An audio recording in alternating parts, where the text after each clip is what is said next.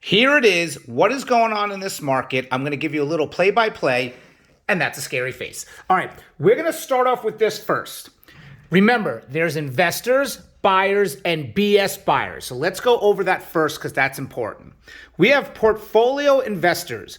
These investors are buying tons of homes and they're renting them all out, and they're trying to control certain communities, and they're a big part of what's going on.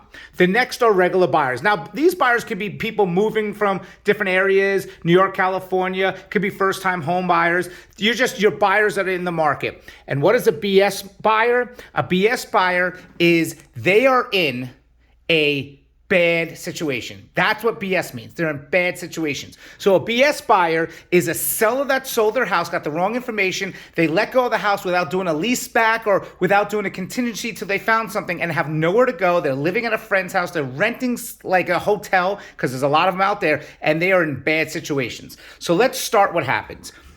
The inventory goes down, and right after COVID, you've seen everything just come off the market. Now, let's say the first person puts their house on the market for $199, right? Now, they put it on the market. You got buyers looking for homes, and maybe there's obviously there's offers, and it's not as crazy yet. And someone offers $205, and awesome, the seller gets the house, right? And the seller signs the deal and goes. Believe it or not, that seller automatically becomes one of these right away, unless they had somewhere to go. And we'll go into that in detail. So this buyer buys a house. Now, I'm just using buyer, but it could also have been an investor. And this is now the comp. So hear me out here. Even if the person bought the first house for $199 and it didn't appraise and they used financing and they paid the difference to come to $205, this is the number one problem we're having. None of the banks see the difference. They just see the end number, which is now the new comp of the neighborhood. So now this person puts their house on the market knowing that, they sold for $205. Well, I'm going to ask for $209. Well, remember, there's not a lot of houses on the market. All the buyers that went for this one are now going to this one, right? You have a ton of buyers and investors trying to get homes because there's no inventory. Well, the investor's going to come in and offer more because they want to lock it up and they're going to do cash. Now, let's just say this homeowner sold this house to an investor. The investor comes in. Remember, the portfolio investor comes in and makes an offer and gets accepted. I want to stop real quick and say something. These portfolio investors were the same investors years ago that were lowballing people or locking them in and then coming back and saying, well, I need a better deal. Now they're giving you more money because there's no inventory, but there's a secret to it, and I'll tell you right after this. They're going to $220. Again, there's no appraisal, there's nothing, and now you're seeing a comp at $220. What are these investors doing? They're buying everything so they can control the rental market. So if they have multiple units and they're asking for rent, let's say there's 5 units in a community and 3 are owned by the investors, and they ask for $3,000 a pop, well, guess what? They're increasing the rental market for every house they buy. So when there was so much inventory before and they were lowballing everyone and there was tons of rentals, now there's nothing and they're coming in and buying everything. And these aren't your offer pads or Zillows, none of that nonsense. They're actually buyers that have representation and they're not surcharging you these nonsense fees, okay? So you have buyer, investor. Okay, now this other house comes on the market, and I'm telling you right now, let me explain what's happening. I told you I'm going to give you a scenario that happened with me. We put the house on the market for $249. Knowing these comps, we knew the market. We said, look, we're going to put it for $249. I was representing the seller. We need to, play the market.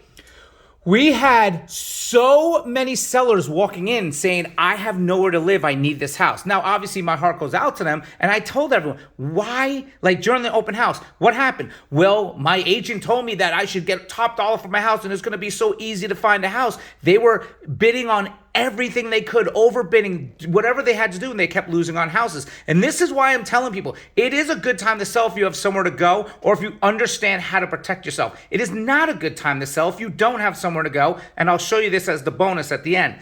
So these BS buyers are coming in and they're almost counteracting the investors. They're going back and forth. Some have cash, or some are saying, look, I'll give you whatever you want. You want $249, I'll give you $260. I'll pay the difference. No difference of appraisal. I could care less what it is, or no gap, whatever. A gap is, let me explain something. A gap is when you're buying a house, right? You're asking $249 and I offer you $260.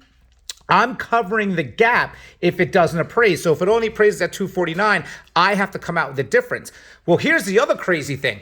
I might be asking 249, and remember the other comp is 220. So if this comes down at 239, you are still paying all the difference.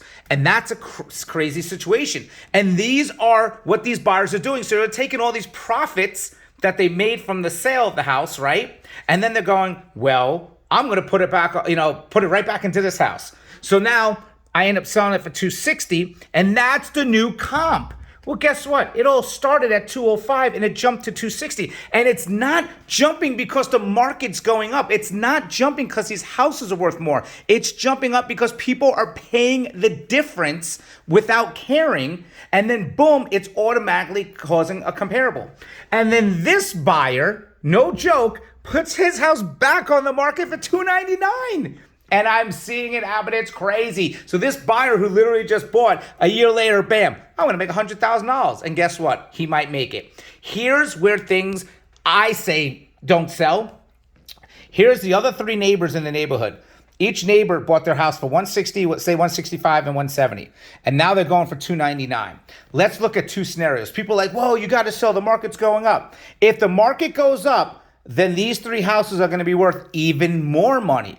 If the market shifts, let's say worst case scenario, the market shifts really bad. I'm not saying it's going to happen. Let's say it does, right?